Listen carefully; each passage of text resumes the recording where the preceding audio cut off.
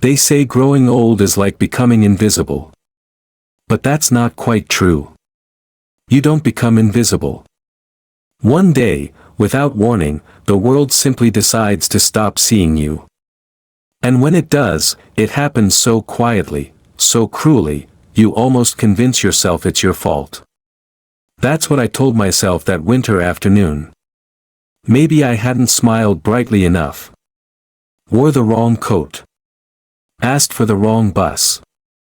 Or maybe I just shouldn't have left the house at all. Not at my age. It was cold that day.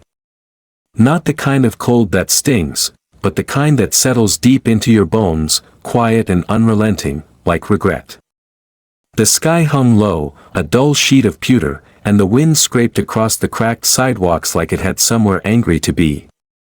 I stood at a forgotten bus stop near the edge of town. My hands trembled in wool gloves 2 sizes too big. I wore my husband's scarf, the one he used to wrap around me when we still believed in spring. The corners of my purse were fraying. I clutched it like it held the last pieces of me together. People passed. They always do. A man with a briefcase is talking too loudly on his phone. A woman carrying grocery bags that cut red lines into her wrists. 2 teens with earbuds in, eyes locked to a screen. No one looked up. No one paused. I took a tentative step toward the curb. Maybe if I looked more certain, someone would stop to help. But I didn't feel certain. I felt lost. I was lost. Willow Lane, or was it Garden Street, bus number 12, I whispered, my words carried off by the wind like dry leaves. The names didn't feel familiar anymore. I wasn't even sure what part of town I was in. And for the first time in a very long while, I was afraid. Not of falling. Not of pain. But of being forgotten. I sat back on the bench, knees aching. My eyes darted to every passing car, every face, hoping for one that might look kind enough to notice an old woman unsure of where she belonged. But they passed me by like shadows in a dream. It wasn't until I heard the creak of a bicycle chain that I lifted my gaze again. He was maybe 17. 18 at most. Thin, wiry. A hoodie pulled up against the wind. His skin was a rich, deep brown, like walnut polished in candlelight, and it stood in stark contrast to the gray that filled the world around us. His jeans were worn thin at the knees. His shoes, mismatched, held together by hope and stubborn stitching. He stood beside an old bicycle that looked nearly as tired as I felt, rusty, squeaky, with a delivery bag slung over the rear rack. He took a slow sip from a dented metal water bottle, then looked around. And then, he saw me. Saw me. It wasn't the glance of someone uncomfortable, or the double take of someone about to walk faster. It was the kind of look I hadn't received in years, curious, cautious, and undeniably human. Our eyes met. And somehow, in that moment, my voice found its way out again. Bus 12. I murmured. Willow Lane, or maybe Garden. He tilted his head slightly, like he wasn't sure if I was talking to him. Then he set his water bottle back into the pouch of his jacket and began walking over, pushing the bike beside him. "Excuse me, ma'am," he said, with a softness that felt out of place in a world so sharp. "Are you okay?" His voice was gentle. Low. Not nervous, not condescending. Just, genuine. I looked up at him, startled by how warm that small question felt. It had been so long since someone had addressed me like that. Like I mattered. Like, I was still someone worth asking. "I think I missed my bus," I said with a brittle laugh that cracked on the edges. Or maybe it missed me. He smiled, just barely, not with pity, but with patience. "Where are you trying to go?" That was the part one dreaded most. I don't remember, I confessed, my fingers tightening around the strap of my purse. I thought it was Willow Lane, but that doesn't seem right. Maybe it was Garden. I live somewhere. I used to live. My voice trailed off, shame coating every syllable. He didn't flinch. He didn't pull away. He didn't shift awkwardly like so many others might have. He just waited. Then, as if guided by instinct, his eyes landed on the silver pendant around my neck. "May I?" he asked, pointing to it. I nodded. He stepped closer and turned the charm gently in his fingers. It had belonged to my husband, a gift from our 40th anniversary. Engraved on the back, in the handwriting of a younger, steadier man, was Evelyn Rose, 48, Oak Hill Drive, North Side. He read it aloud, then looked back at me. "That sounds familiar." My breath caught. Oak Hill. Of course. My house. My home. I nodded quickly, blinking back the tears. Yes. Yes, that's it. That's me. He exhaled slowly, glanced toward the direction of the north side, and his face tightened, just enough for me to catch it. I didn't know then, but I know now, Oak Hill was almost 2 hours away by bike. Uphill most of the way. And the sun was already slipping toward the horizon like a weary promise. "That's a bit far," he said, his voice even. "But I think we can make it." I blinked. "You don't have to." "I know," he said. "But it's cold. And you shouldn't be out here alone." There was no heroism in his tone. No flourish. Just quiet certainty. He reached into his delivery bag and pulled out a scarf, tied it around the bike's rear rack to cushion the seat. Then he took off his own jacket and wrapped it around my shoulders. "You'll sit here," he said. "We'll go slow." He steadied the bike as I climbed on, his hands firm but respectful, careful not to make me feel small or weak.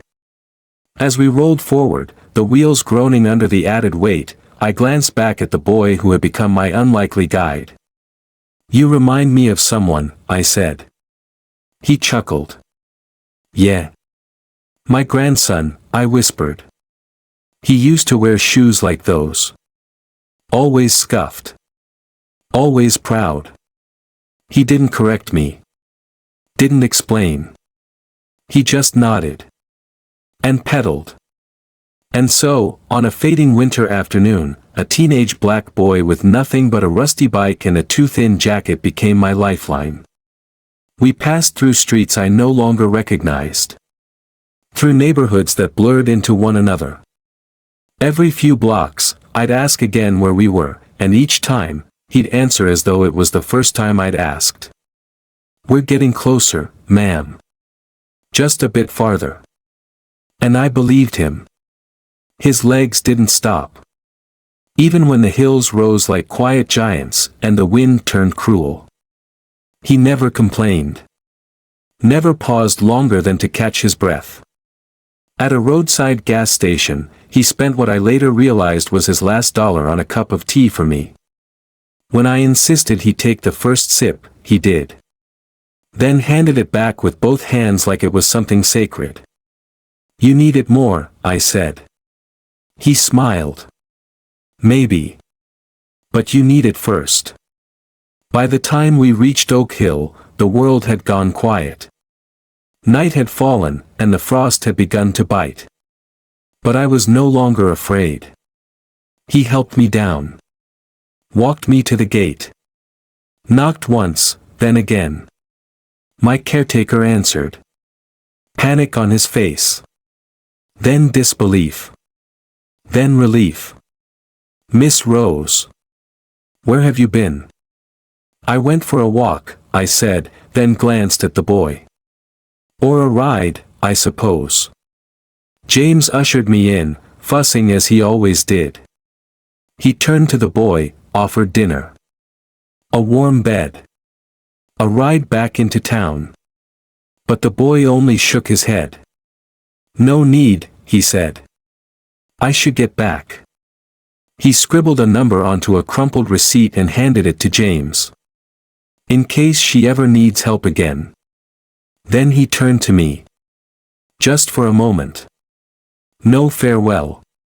No grand gesture. Just a small nod. And he rode off into the dark. That night, I sat by my window, the lights low, the warmth of his jacket still wrapped around my shoulders. The receipt sat in my hand like a fragile lifeline. I read the number again and again. I didn't know his name. But I knew his heart. And I whispered into the quiet house, a name that felt right, even if I didn't know why. Andre. I didn't sleep much that night. Even in my bed, under blankets that smelled faintly of lavender and the past, I kept feeling the wind on my cheeks, the creak of the bike beneath me, and the echo of a voice that kept saying, just a bit farther, ma'am. We're almost there. The house was quiet, as it always was these days. Too quiet. The kind of quiet that settles not just into rooms, but into ribs. Into the places where laughter used to live. James, my caretaker, had checked on me twice after I returned. He brought me a cup of chamomile, made sure I was warm, and gently scolded me for wandering alone. I nodded, smiled, and assured him I was fine. But I wasn't. Not really. Not in the way he meant. Something had shifted in me. Something small but certain. It wasn't just that a stranger had helped me. It was the way he had done it, with no audience, no reward, no hesitation. It had been years since someone had shown me kindness without an agenda. Years since someone had looked at me and seen more than age, or fragility, or decline. Andre had seen a person. And now, I can't stop seeing him. The way his shoulders moved when he pedaled, like he'd learned to carry more weight than any young man should. The way his hands trembled slightly when he handed me the tea, and he quickly tucked them into his sleeves so I wouldn't notice. But I did. I noticed everything. Because in that hour and 42 minutes we shared, give or take a few, we weren't strangers. We were something else. He gave me a piece of himself that day. And I'd be damned if I let the world forget it. The following morning, I stood at the window and watched the sun rise, soft and pale, reluctant like an old friend you hadn't seen in years. James had left the newspaper folded by my breakfast tray, along with 2 slices of toast I never asked for, and a pear cut into careful wedges. I ignored them all. Instead, I picked up the receipt, the one he had scribbled his number on the night before. The ink had smudged a little, but the numbers were still legible. 8 digits and a heartstring. I didn't call. Not yet. I wasn't sure what I would say. Thank you. It felt small. Are you okay? It felt intrusive. Can I help you? It felt too forward. I didn't want to startle him. Or make him feel like I was trying to rescue him. Because he wasn't the one who had been lost. I was. Instead, I asked James to find him. He raised an eyebrow, but didn't question me. He gave me this, I said, handing him the receipt. His name is Andre. He was delivering something last night when he found me. He lives in town, somewhere near the market, I believe. He might be working odd jobs. That's all I know. James hesitated. May I ask why? I owe him more than tea and a thank you, I said. And I'd like to make sure he's all right. James nodded slowly. I'll see what I can do. It took less than a day. The boy had left traces, people who remembered his face, his quiet manner, his rusted bike. The old man at the corner market had seen him just that morning, helping unload a box of bananas in exchange for bread. He slept, they said, in the store's back room, where the heat was uneven and the light flickered, but at least it was dry. When James told me this, my chest tightened. I'd had my suspicions. His clothes, his shoes, the careful way he held his hands like he was used to keeping them from asking for anything, they all whispered the same truth. The boy had nowhere else to go. But he had given me everything he had. That evening, I asked James to send someone to the market. No driver's uniform. No black car. No fanfare. Just a message, simple and sincere. Miss Evelyn Rose would like to see you again. If you're willing. I waited by the window the rest of the day. He didn't come. But the next morning, as the town blinked into motion, a car pulled into my driveway. I stood at the front door before the bell even rang. He stepped out slowly, uncertain. He wore the same jacket from the night before, my scarf still wrapped loosely around his neck. His eyes flicked to the windows, the trees, the steps, everywhere but me. Until I opened the door. "Andre," I said, his name curling like warmth into the cold air. He froze. Then his shoulders softened. "Ma'am." "Evelyn," I corrected gently. He nodded, still unsure. "Come inside," I said. "Just for a few minutes."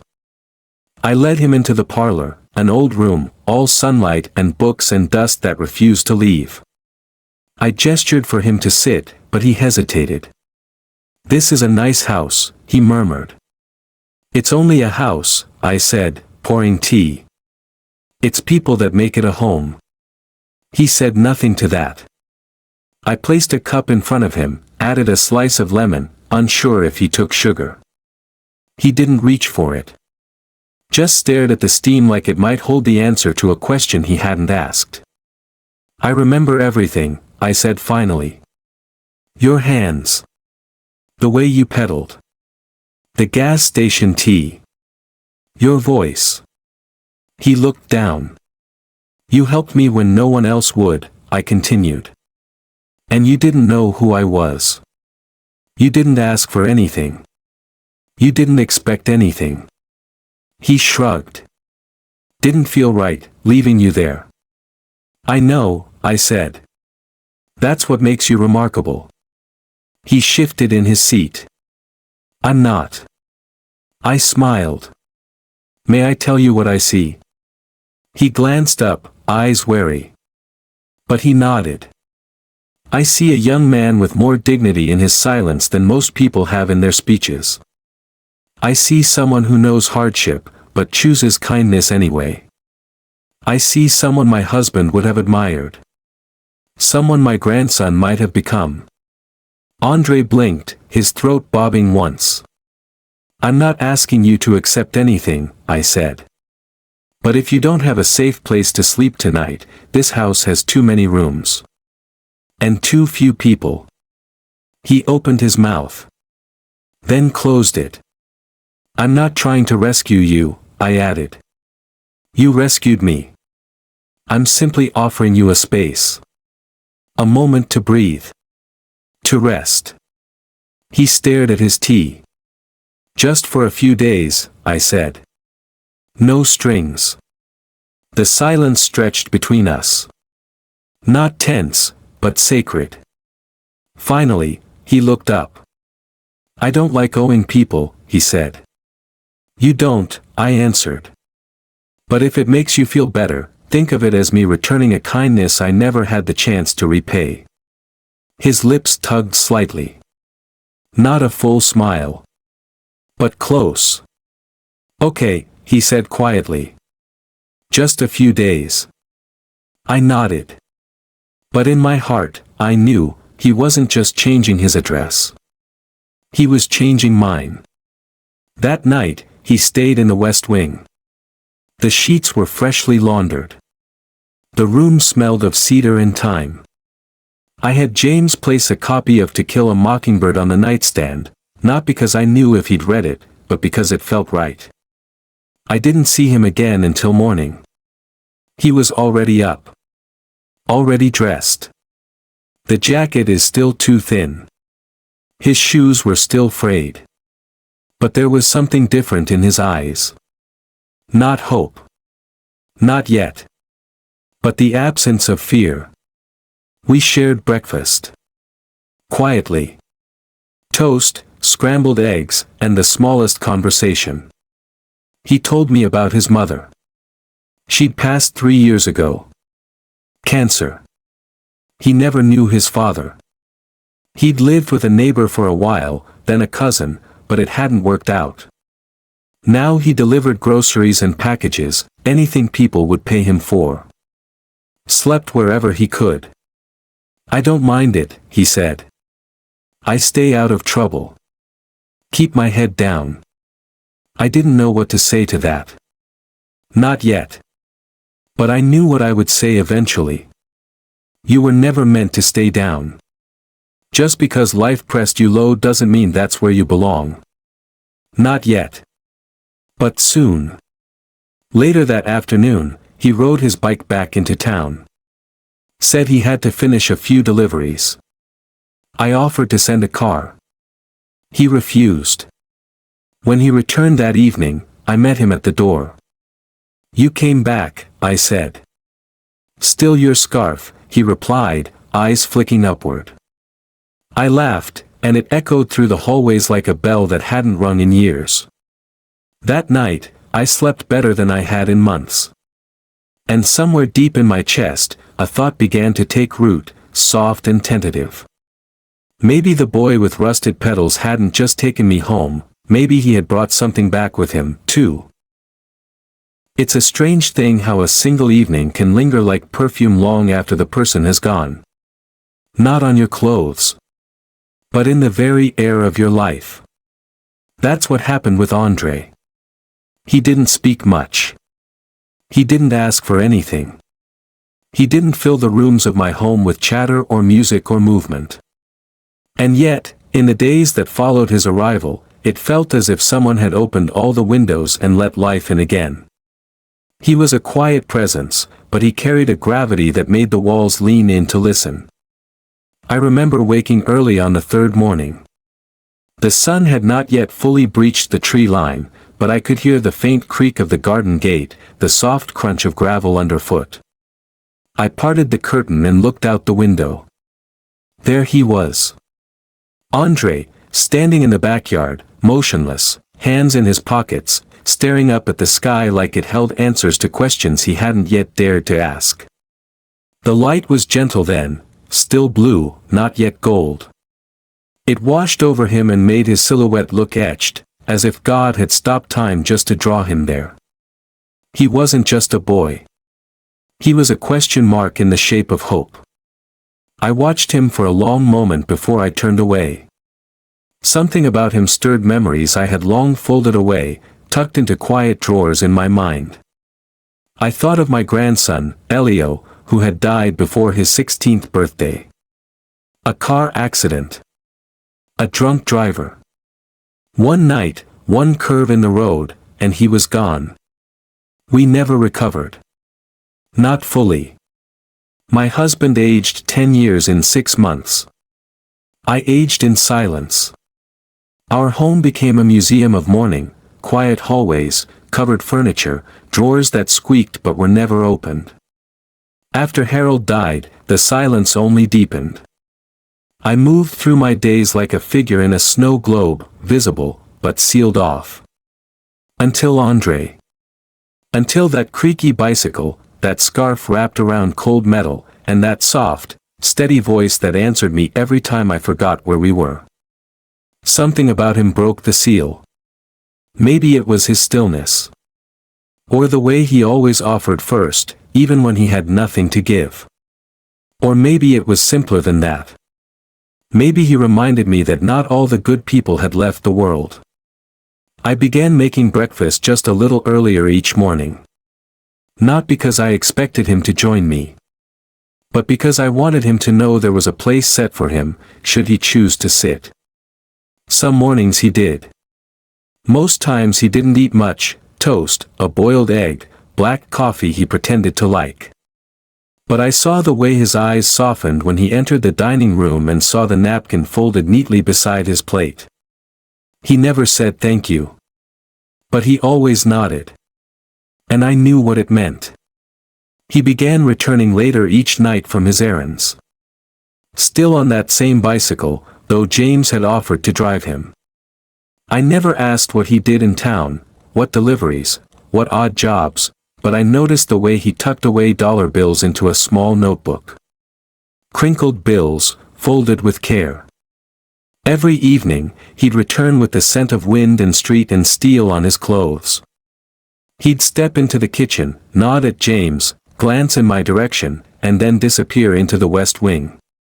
And yet, the house felt warmer with him in it. Fuller. I began opening doors I hadn't touched in years. The solarium. The library. The green room with the piano that Harold used to play. One afternoon, I found him there, standing near the grand piano, not touching it, just staring at it like he wasn't sure if he was allowed to look. "You play?" I asked. He turned. Shook his head. "I used to watch my mother play," he said. "She liked old jazz. Stuff with stories in it. She had good taste." He smiled, then quickly hid it. "Would you like to learn?" His eyebrows lifted. "Ma'am." "I could show you," I said. "It's just keys and memory." He looked down at his hands. "I don't think they're made for music." "They're made for kindness," I replied. "And that's more than enough." We didn't begin lessons that day. But I saw something shift behind his eyes. A door he didn't know he had creaked open. It was James who brought up school. "He's bright," James said one evening, after Andre had gone upstairs. "And sharp. Listens more than he talks." "He reminds me of someone," I said. James gave me a look. He knew who. "What are you thinking?" he asked. "I'm thinking he shouldn't spend another winter biking through town with holes in his shoes and a prayer for shelter." "You want him to stay?" "I want him to choose." James nodded slowly. "He's proud." "I know," I said. "So was Harold. So was Elliot. I didn't push. I didn't offer charity. I offered invitations. To tea. To the garden. To a walk to the bakery down the hill. To a book on the porch swing. Never forced. Never explained. And over time, he started to say yes. We walked through town together one Sunday morning. The church bells were ringing. The air smelled of cinnamon and burnt coffee. People stared, not unkindly, but curiously. An elderly white woman in pearls and gloves. A young black boy in second-hand sneakers and a hoodie. I felt the weight of their stares. But Andre? He walked like he had nothing to prove. And that was when I knew. He had dignity. Not the kind that money gives you. But the kind that comes from doing the right thing when no one is watching. That night, as he sat in the library flipping through a worn copy of The Alchemist, I approached him quietly. "There's a scholarship fund," I said, placing a folder beside him. "Private. Small. But it covers room, board, and tuition." He looked up sharply. "For me? If you'd like it to be." His jaw worked. "I never finished high school. We can fix that." He hesitated. "Why are you doing this?" I took a breath. "Because you found me when I was lost. Because you gave when you had nothing. Because I see in you the kind of young man this world needs more of, and fewer people believe in." He looked down at the folder. Ran his fingers over the paper. "I'm not good at taking help." "Then don't take it," I said. "Build something with it." Silence fell again, soft and long. Then he closed the folder gently. "I'll think about it." And I smiled. Because that wasn't a no. That was a maybe wrapped in hope. Later that week, we sat under the arbor as the first leaves of autumn began to fall. Andre had brought home a loaf of bread from the market and insisted on slicing it himself, though he nearly took off a fingertip in the process. I poured the tea. The light filtered through the leaves, painting gold onto his skin, onto the old table between us, onto the silence that had begun to feel sacred. He looked at me suddenly, out of nowhere, and said, "You're not like other rich people." I raised an eyebrow. "And what are other rich people like?"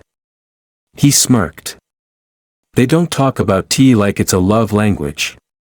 I laughed. And it wasn't bitter this time. "I'm not rich," I said. "Not in the way you think." He looked around at the sprawling garden, the house behind us, and the view that stretched toward the river. "Looks like money to me." "I have wealth," I corrected. "But rich? That's something else." Rich is laughing in the hallway. Rich is someone who comes home late and leaves their shoes in the wrong place. Rich is tea shared on a bench without needing to speak. He didn't answer. But he poured me another cup. That night, I wrote in my journal for the first time in over a year. He is no longer just a boy with rusted petals. He is the steady hum between moments. He is the echo of something I thought I had lost. And somehow, in giving him a key to this house, I found a door inside myself I didn't know was still there. I didn't hear the door close that night. But I felt it. Not in the way one hears a sound, but in the way one hears silence shift, like a chair scraping across memory. Something went missing from the air. The current of warmth that had begun to weave its way into this old house suddenly ran cold. And when I rose the next morning and found his room empty, the bed neatly made, the folded blanket set with quiet intention at the footboard, I knew. Andre was gone. No suitcase to take. No clutter left behind. Just the absence of his presence. And a note. It was folded once, evenly, and placed on the nightstand. Written in careful block letters with the kind of pen you only borrow, never own. "Thank you, Miss Rose. For everything. I didn't want to wake you. Please don't worry. I'll be okay. I just needed to keep moving. That's all I know how to do." I sat down on the edge of the bed, the note trembling in my hands. It wasn't what it said that shook me. It was what it didn't. No explanation. No return date. No next step. Just stillness, left in his wake. I had been alone before. For years, in fact. But that morning, the house felt lonelier than ever. Because once you've remembered what it feels like to be seen, to be heard, to share silence with another soul and have it echo with meaning, you can't go back to not knowing. You can't go back to empty. James found me in the kitchen an hour later, still holding the note. "He's gone," I said. James glanced at the paper, then nodded. "I'll call around," he offered. "No," I said quickly. "Let him go." "But he didn't run," I said. "He retreated." James poured me a cup of tea, black, no sugar. The way I hadn't taken it in years, but the way Andre did. We sat in silence. The hours moved slowly that day. I wandered the house without purpose, touching doorframes, straightening picture frames, smoothing wrinkles in rugs that didn't exist. I wasn't searching for him. I was searching for his echo. The way he used to hum without realizing it. The scuff of his shoes in the hallway. The way he'd glance over the top of a book to see if I was watching him pretend to read. But it was all gone.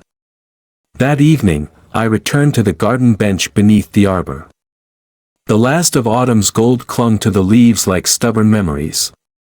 The light filtered through in slanted rays, and I sat where we had once shared warm bread and warmer silences. I remembered his words. I just needed to keep moving. It struck me then, how some people are born into stillness, while others are born into motion. Andre was the latter. Not because he wanted to run, but because the world never taught him how to stay. He had learned movement as survival. Not as a choice. Not as freedom. But as a necessity. And staying with me, even if just for a while, must have felt like a kind of betrayal of that instinct. I leaned back against the bench and closed my eyes. The wind brushed against my cheek like a whisper that had traveled too far to be heard properly. And I thought, how many others like him are out there, holding on by a thread, afraid to be still because stillness feels like failure. It wasn't just Andre. It was a generation. A generation of young people too burdened by grief, poverty, and silence to believe in permanence. The following week passed in a strange fog. I resumed old routines, but they no longer fit. The tea tasted flat. Books seemed duller. The piano sat unopened, the keys untouched. Even James moved more slowly, as if the gravity Andre had brought with him still clung to the corners of the house. One afternoon, I found myself back at the bus stop where I had first met him. I hadn't planned to be there. My driver had taken a wrong turn, or perhaps I had told him the wrong destination. Either way, the bench stood just as I remembered it, chipped paint, rusted bolts, the faint odor of exhaust and damp leaves. I sat. Not because I expected him to appear, but because some places hold imprints stronger than photographs. I closed my eyes and listened. And I heard it. Not his voice. Not the wheels of his bike. But the question he had asked that night, the one that had shifted my world more than I realized. Are you okay, ma'am? The words had been so simple. But they had unlocked something in me. Not because I had needed help, but because I had needed acknowledgement. I hadn't realized how starved I had become for that. 2 more weeks passed. I began writing letters I didn't send. One each day. To Andre. They weren't long. Sometimes just a paragraph. Sometimes just a sentence. The garden misses you. James made that horrible stew again. I passed your bus stop today. It was colder than I remembered. I think you left your kindness in the air, it won't leave this house. I kept them in a small box on my nightstand. Not out of hope, but out of ritual. Writing made the silence less sharp. Then, on a Tuesday afternoon, just as I had begun to believe he might never return, James entered the drawing room holding a small parcel wrapped in brown paper. No return address, he said. I took it with shaking hands. Inside was a pair of gloves. Worn leather, softened by time. And a note. I remember you shivered that night. These used to be my mom's. She said they were lucky. I think they might be warmer with you now. I held the gloves to my chest and wept. Not because he was gone. But because he remembered. He remembered me. That night, I went into the West Wing and opened the door to his room. The bed was still made. The folded blanket still sat at the footboard. But this time, I unfolded it. Laid it gently across the bed. And I placed the gloves on the pillow. Not because I expected him to return. But if he did, I wanted him to know. He never truly left. 3 days later, he did. It was early morning.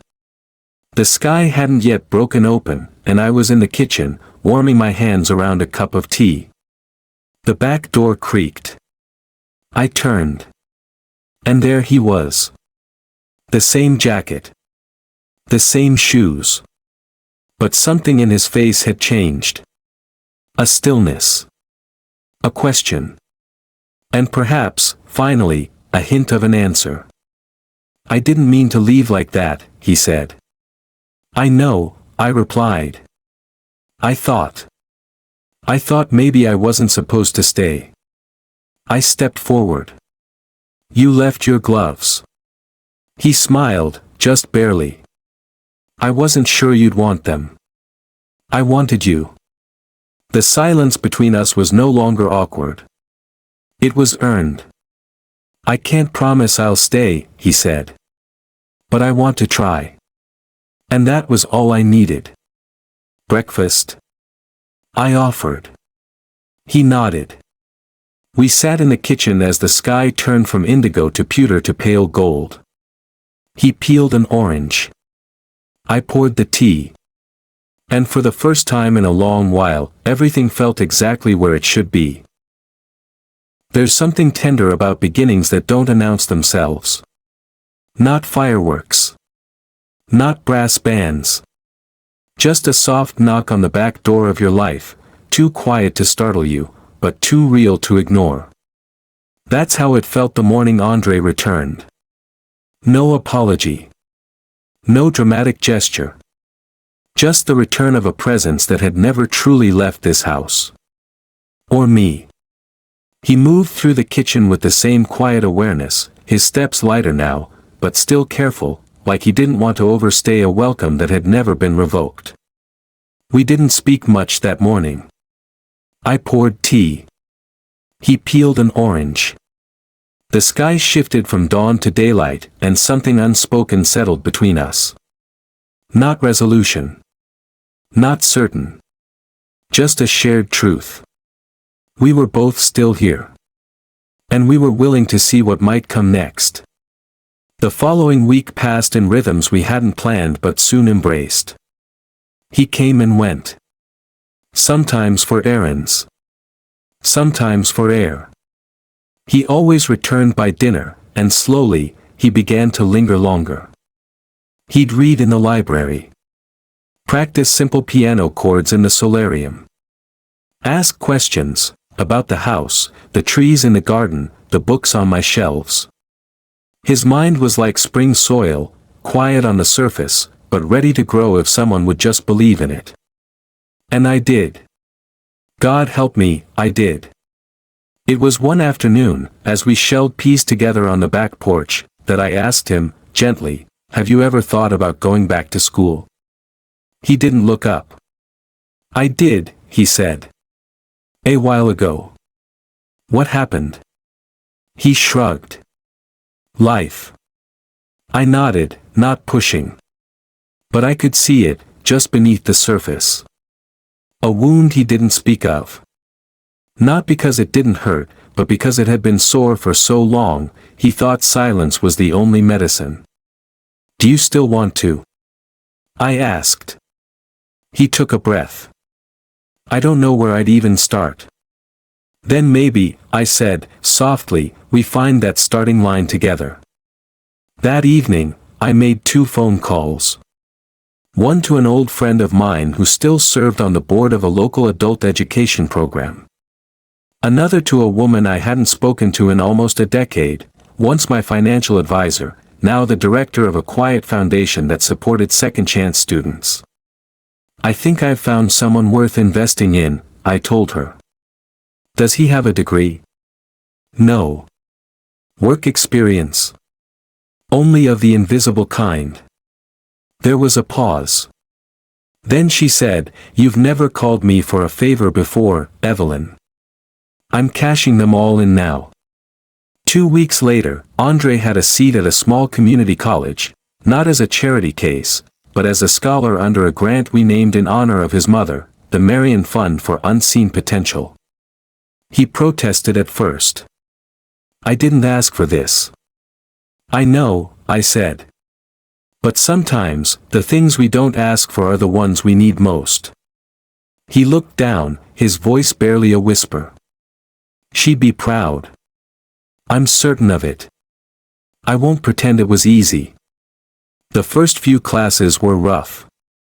He struggled with self-doubt more than material. He questioned whether he belonged. Whether he deserved to sit in rooms filled with people who hadn't had to sleep on storage room cots or bike through blizzards for bread money. But every night, he came home. He brought back papers with red marks, notebooks full of second drafts, and stories about classmates who didn't know what to make of him, but slowly began to listen. I would wait up, most nights. A pot of chamomile between us. He'd tell me what he'd learned, how statistics made more sense when he saw them as stories, how history felt different when you realized who was allowed to write it. "You've always been learning," I told him one night. "You just never had anyone calling it education." He smiled at that. And so did I. One afternoon, while he was in class, I sat with James at the dining table, going through old ledgers. Tax records. Property valuations. Things I hadn't touched since Harold died. James watched me for a while before clearing his throat. "You're planning something." I looked up. "I suppose I am." "What is it this time?" "Another scholarship?" I paused, then said it out loud for the first time. "I want to start a foundation." James blinked. "For Andre." "For boys like Andre," I said. "For girls like I used to be. For anyone who's been made invisible, told they weren't enough, or left behind in the noise of people who never had to fight for space." He was quiet for a long moment. Then nodded. "I think Harold would have liked that." "I think so, too." We named it the Willow Light Fund. In memory of the street, I couldn't remember that night. In honor of the boy who helped me find my way home. Our mission was simple: to support young adults who had aged out of systems but not out of struggle. To offer shelter, education, and mentorship, not as charity, but as partnership. I told Andre about it over tea. He sat quietly, listening, a frown of disbelief on his brow. "You're doing this because of me?" "No," I said. "I'm doing this because of what you reminded me is possible." He looked at the flyer I'd drafted, a simple page, no photos, just words. Then he asked, "Can I help?" And just like that, it wasn't my foundation anymore. It was ours. We launched quietly. No press release. No ribbon cutting. Just a room of folding chairs at the community center, some stale cookies from the grocery store, and a stack of printed applications that fluttered when the door opened. The first young man who came in had a limp from an old injury, a hard look in his eye, and a hunger in his voice. The second had a baby strapped to her chest and a GED score folded in her wallet like a prayer. We didn't ask for essays. We asked for the truth. And they gave it. Andre interviewed them all. Asked questions I would never have thought to ask. What do you dream about when no one's watching? What's one thing you've survived that people wouldn't believe? What would stability feel like to you? At the end of that first day, we sat in my living room, shoes kicked off, the floor littered with papers, names, stories. Andre leaned back, his hands behind his head. "I don't know if we can help them all," he said. "We won't," I replied. "But we can start." That night, I wrote in my journal. He didn't just take me home. He brought me forward. He made me want to build again. Not walls. Not monuments. But bridges. Roads. Maps for the ones who walk alone. And perhaps, a light at the end of one forgotten street, waiting to guide someone else home. Some houses are too big for their sills. Mine was one of them. Even before Andre arrived, I'd lived in a place with too many rooms and not enough reasons to open them. I told myself it was for practicality or preservation, as though dust held some sacred memory that shouldn't be disturbed. But the truth was much simpler, and far lonelier. It hurt less to close the door than to walk past an empty one. But life has a way of filling the spaces you stopped guarding. And Andre didn't fill this house with noise. He filled it with life. Quiet, beautiful life. He'd started to take breakfast in the sunroom. Not because I asked, but because the light in there was different, warmer, more forgiving. The sun would spill through the glass in wide golden slants, catching on his curls, painting his profile like a portrait no one had commissioned but everyone needed to see. He liked his eggs soft. His toast burned. And his tea is bitter. I learned these things not by asking, but by watching. The same way he'd once watched me, when I couldn't remember where I lived, and he'd simply waited. Now it was my turn to wait. To watch. To make room. And I did. Gladly. One morning, he arrived at the breakfast table with his sleeves rolled up and a paper tucked under his arm.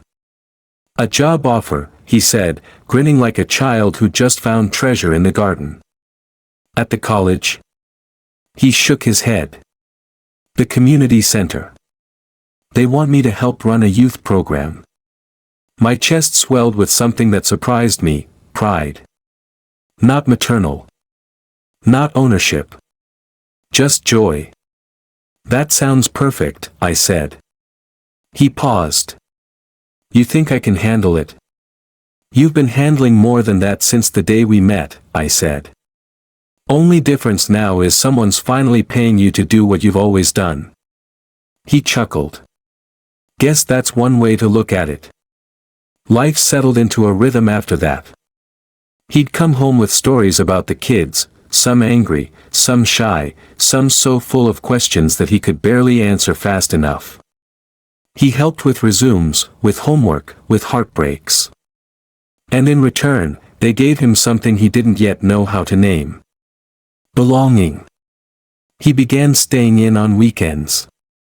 We'd cook together, sometimes with disastrous results: burnt rice, oversalted soup, a chicken that somehow ended up raw in the middle and blackened on the outside. "I'm not sure this qualifies as edible," I said one evening, poking the carnage with a fork. Andre laughed. "We're aiming for creative cuisine, Miss Rose." I rolled my eyes. "If you keep calling me Miss Rose, I'm going to start charging rent." He smirked. "Then I guess I'd better switch to Chef Rose." And for the first time in years, laughter bounced off the walls without echoing back hollowly. We found ourselves in rituals. Sunday afternoons became piano sessions. He played simple chords, sometimes inventing melodies that didn't follow any rule but made perfect sense in the moment. I'd hum along, or close my eyes and let the notes take me somewhere between now and memory. On Thursdays, we read to each other. Sometimes poetry. Sometimes the news. Once, hilariously, a dramatic passage from a trashy romance novel we found buried in the library shelves. He read with too much emotion. I laughed so hard I nearly dropped my tea. We didn't talk much about the past. At least, not directly. But now and then, pieces would surface, like shells in the tide. "I used to wait for my mom outside the hospital," he told me one night. "She cleaned rooms on the night shift. I'd sit in the lobby with a blanket and a peanut butter sandwich and wait until I saw her coming down the hall. She'd always smile like she'd just won the lottery, even if her eyes were tired." I swallowed hard. "She sounds like someone I would have liked." He nodded. "She would have liked you too." The West Wing, once shut tight, slowly came alive. He added small things: a pair of sneakers by the door, a denim jacket slung over a chair, a mug on the sink that always had a little lipstick on the rim from my tea, but never bothered him. It wasn't just that he lived here. He was here. Fully. And for the first time in a long time, so was I. One Saturday, I found him in the garden, kneeling in the soil beside the rosemary bush. His hands were dirty. His face was sweaty. But he looked more peaceful than I'd ever seen him. "I didn't know you liked gardening," I said. He looked up. I don't. Not yet. Then why are you out here? He wiped his forehead. Because something about putting your hands in the dirt makes you feel like you're helping the world breathe again. I smiled. That's very poetic. He shrugged. Must be your influence. It wasn't all perfect. We argued once over laundry, of all things. He insisted on washing his own clothes. I insisted he let Maria, our housekeeper, help. The conversation escalated into a tension that neither of us had expected. It's not about laundry, he said finally. It's about needing to feel like I'm not a guest. You're not, I said. You never were. He looked down. But sometimes I feel like one. And if I don't do something for myself, I start feeling like I don't deserve to be here. The words hit me like cold water. I reached across the kitchen island and took his hand. Then let's make a deal, I said. You teach me how to cook something without burning it. And I'll let you do your laundry. He smiled. Fair trade. And just like that, the air cleared. Later that week, I heard him talking to one of the kids at the community center. He was sitting on the back steps, phone in hand, voice low and steady. You're not a problem, he said. You're just in pain. And that's not the same thing. I froze in place, heart thudding. He was becoming something I hadn't dared to hope for. A man with purpose. Not just surviving. Not just helping me find my way home. He was building one of his own. That night, I left something outside his door. A photograph of Harold and me, taken in front of the house when it was newly built. We were younger. Brighter. He was wearing a ridiculous bow tie. I had a ribbon in my hair. On the back, I wrote. This house was built with love. But it needed life again. Thank you for bringing it back. I didn't say anything the next morning. Neither did he. But he placed a new frame on the mantel that week, one with the photo of the two of us laughing in the kitchen, flour on our faces, smoke curling from the stove in the background. It sat beside the old photo. Two beginnings. Side by side. I suppose that's the strange beauty of unexpected family. It doesn't arrive with trumpets. It walks through the back door, tracking mud on your floors, laughing too loudly, folding your blankets the wrong way, and carving out a space in your life you didn't know was missing. And one day, without realizing it, you find yourself saying, "This is your home, too." Not because I gave it to you. But because you grew into it, piece by piece. It began with a folding table. Nothing grand. Just a weathered rectangle of plastic and metal legs, borrowed from the community center and set beneath the low arching limbs of a willow tree that had stood longer than I'd been alive. Andre and I unfolded it in silence one Friday morning. The grass beneath our feet was still damp from the night's mist, and the sun hadn't yet made up its mind whether it would commit to the day. He carried a cardboard box under one arm, pamphlets, sign-up sheets, a few pencils with chewed-up erasers. I brought a thermos of tea and a small glass jar of peppermints. James had insisted we bring folding chairs. Andre had insisted we probably wouldn't sit. I didn't know what to expect. That was the terrifying beauty of beginnings. The Willow Light Fund was never meant to be flashy. It wasn't built on headlines or handshakes. It was built on something quieter, something you don't often see on brochures or newsletters: recognition. Of pain. Of potential. Of people. And so, our first official event wasn't a gala. It wasn't a fundraiser. It was a listening table.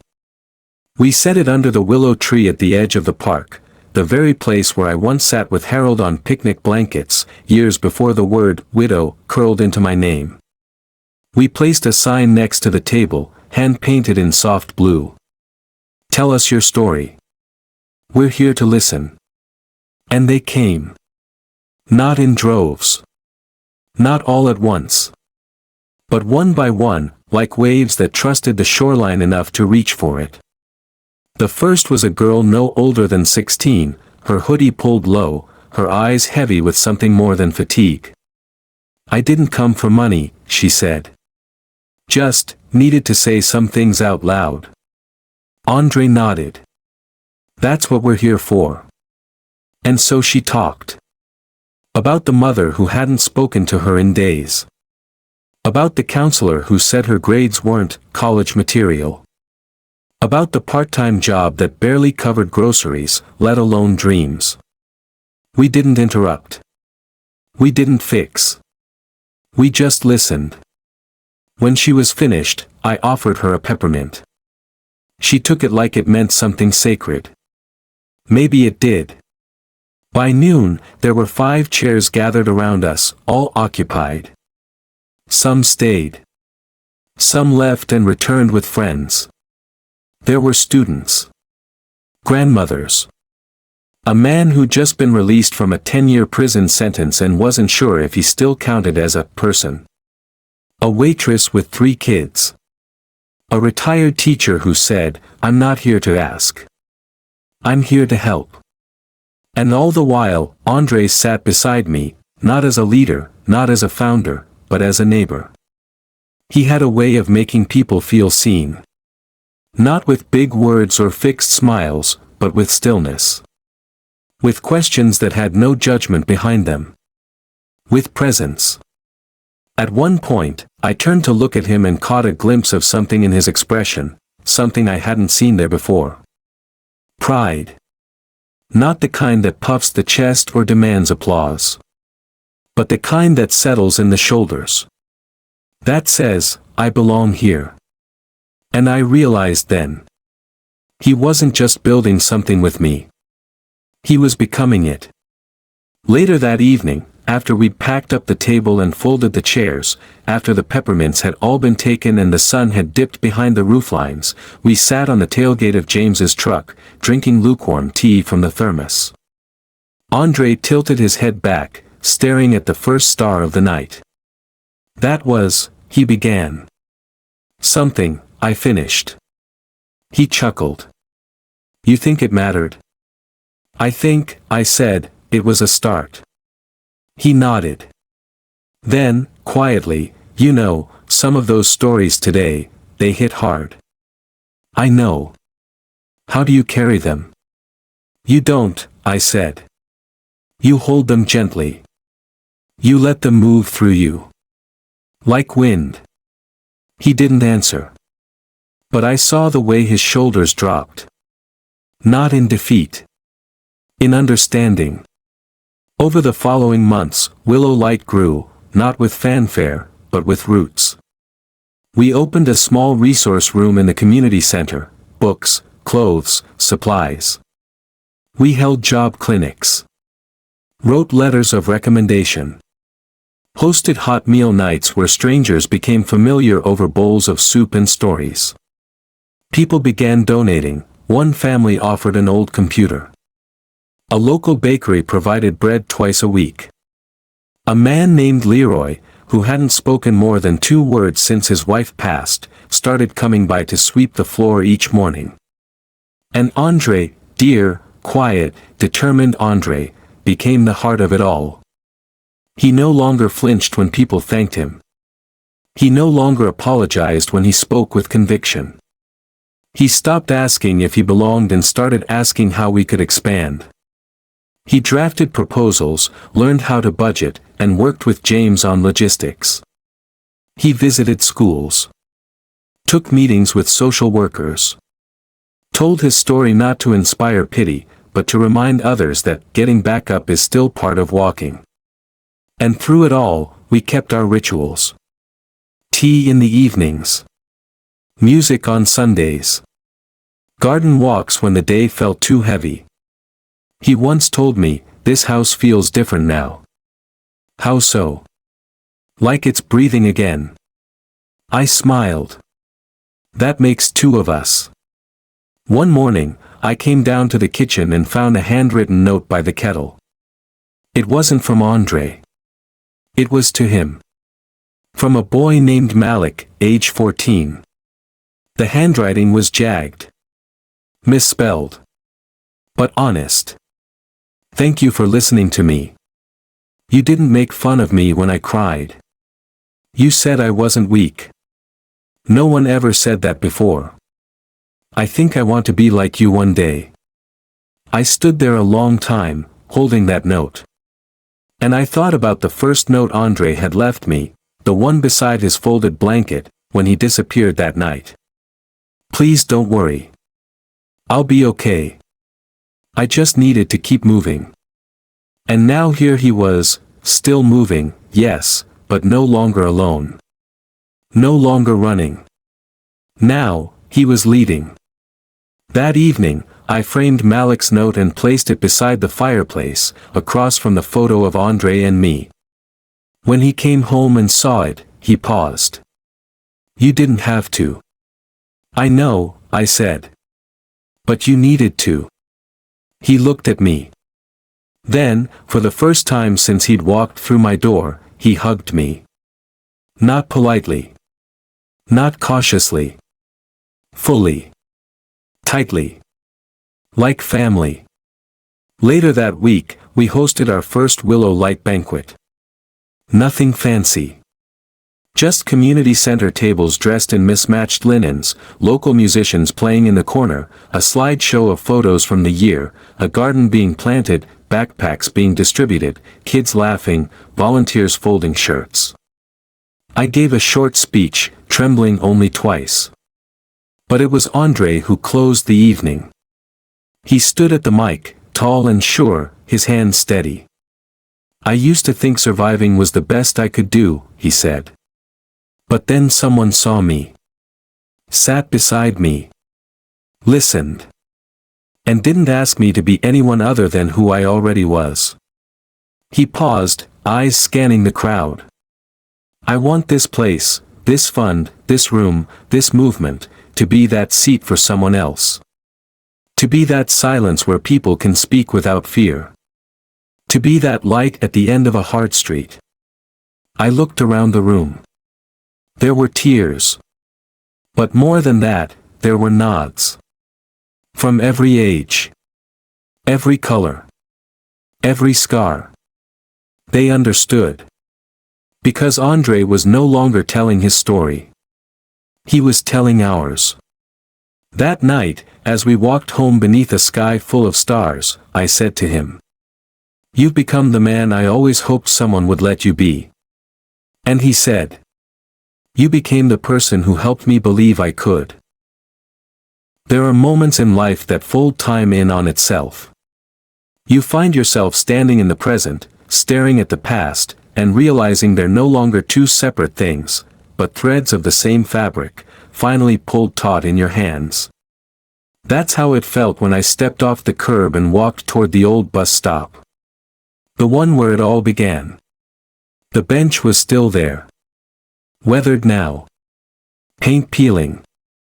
The metal corroded at the edges like it had spent too many winters remembering.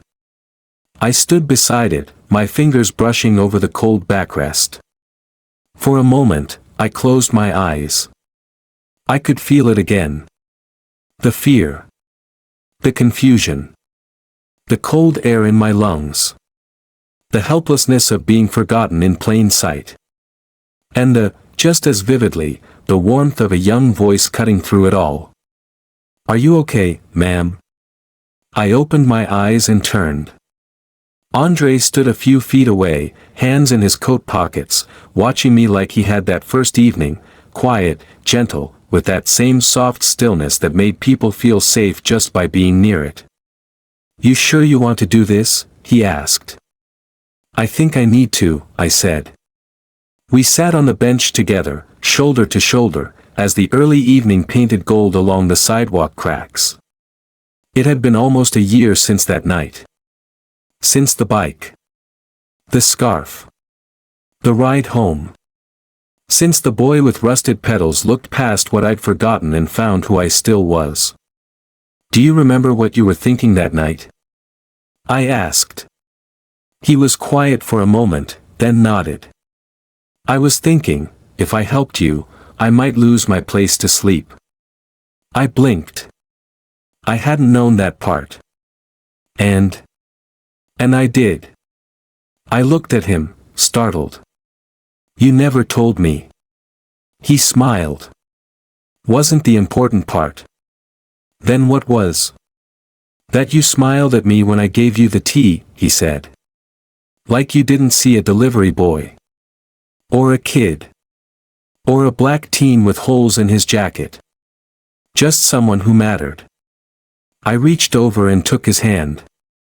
And you made me feel seen, I said. In a way I hadn't felt in decades.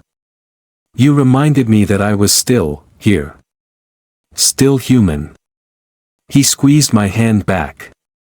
Still home. We sat in silence for a while, watching the people pass. Some are in a rush. Some are on their phones. No one looked at us. And strangely, I was grateful for that.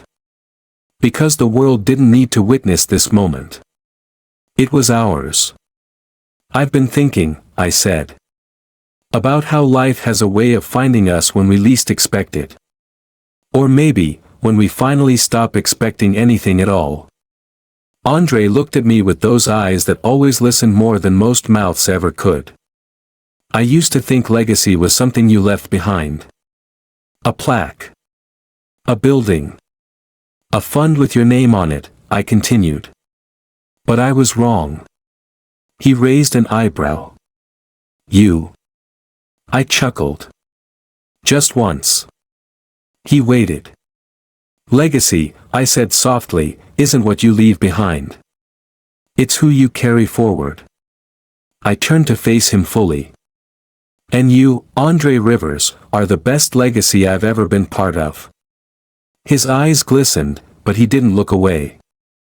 As the sun dipped lower, we rose and walked a few blocks to where James waited with the car. We didn't speak on the ride home. We didn't need to. The silence between us was not empty. It was full of memory, with presence, with something deeper than gratitude. Something closer to love. That evening, after dinner, Andre stood in the hallway looking at the photos on the mantel. His fingers traced lightly over the frame of the picture we'd taken that first week, flour on our faces, smoke from the burnt rice curling in the background. Would you mind, he asked suddenly, if I added one more? Of course not, I said. He pulled a photo from his coat pocket, folded, slightly bent at the corner. He handed it to me. It was the two of us, taken by one of the kids at the community center. I was laughing, one hand mid-air, the other on his shoulder. Andre was looking at me, not the camera, smiling like he'd just remembered something worth carrying. I love this one, I whispered. I do too. I placed it on the mantel, just beside the one of Harold and me in front of the house when it was new. And that's when I knew. Not in a loud, sudden way. But in a quiet, bone-deep knowing. This house had found its new generation. Weeks later, the board of the Willow Light Fund held a surprise celebration for Andre, an acknowledgement of his leadership, his mentorship, his quiet revolution. They handed him a plaque. He looked at it like it was something fragile. After a long pause, he said, I never planned to stay in one place. I thought movement was my survival. But then someone offered me something I didn't know I needed, a place to belong, not just sleep. He turned to me. And I stayed. Because she didn't try to fix me. She just made space for me to grow. There wasn't a dry eye in the room. That night, on the porch beneath a sky full of stars, I handed him a small velvet box. He opened it slowly. Inside was a single key. The front door, I said. It's yours too. His lips parted, but no words came. You don't have to use it, I continued. You've had a key to this place long before I gave you a metal one. He looked up, eyes shining. I don't know what to say. Then don't, I whispered. But he did. 3 words. Soft. Honest. Thank you, Grandma. I closed my eyes, letting the wind carry it deeper than any title ever could. And that's how it ends. Not with fireworks. Not with headlines. But with 2 souls who found each other when the world had forgotten them. With one ride home that turned into a new beginning. With a boy who became a man, and a woman who became whole again. Not by accident. But by grace. If you ask me what I believe now, I'll tell you this. Kindness is never wasted. Family isn't always blood. And sometimes, the ride that saves you. It isn't the one that takes you home. It's the one that shows you where you truly belong. Life's most beautiful turns often begin with a simple act of kindness. As we journey through the later chapters of life, it's easy to feel as though the world has moved on without us, that our stories have already been written. But Evelyn Rose reminds us that even in the twilight of our years, we still have the power to shape new beginnings, not only for ourselves but for others. This story isn't just about a young man finding his future. It's about an older woman rediscovering her purpose.